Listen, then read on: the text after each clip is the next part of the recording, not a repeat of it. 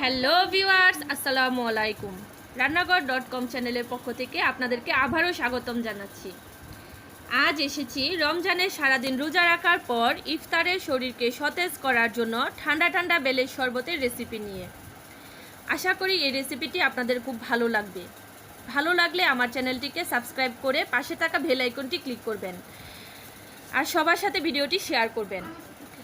চলুন আমরা ভিডিওতে চলে যাই। Let's start.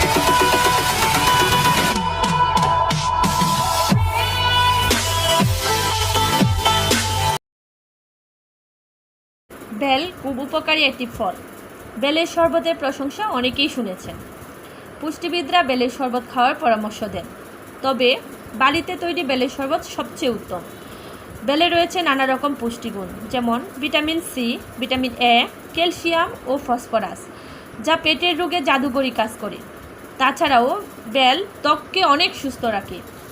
তবে বেলের শরবত তৈরির নির্দিষ্ট একটা পদ্ধতি রয়েছে। চলুন সেই পদ্ধতিটা আপনাদের সাথে শেয়ার করছি। প্রথমেই আমি বেলটাকে ফাটিয়ে নিচ্ছি।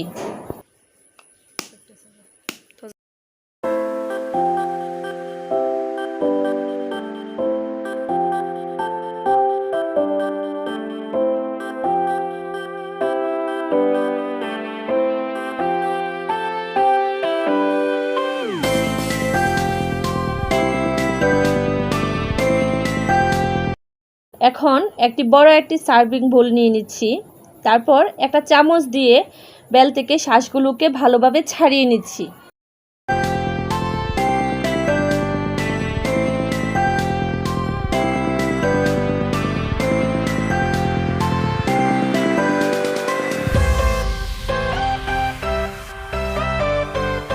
দেখেন, আমার সবগুলো শাঁস খুব ভালোভাবে ছাড়ানো হয়ে গেছে।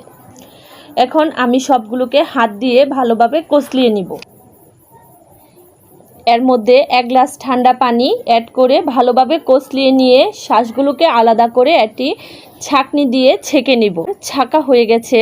এখন আমি পরিমাণ মতো চিনি দিয়ে দিব। আপনারা আপনাদের পরিমাণ মতো মিষ্টি অ্যাড করবেন। এবার এর মধ্যে দিয়ে দিব সামান্য পরিমাণ লবণ। তারপর ভালোভাবে মিশিয়ে নিব। তৈরি হয়ে গেল আমার মজাদার ও হেলদি বেলের শরবত।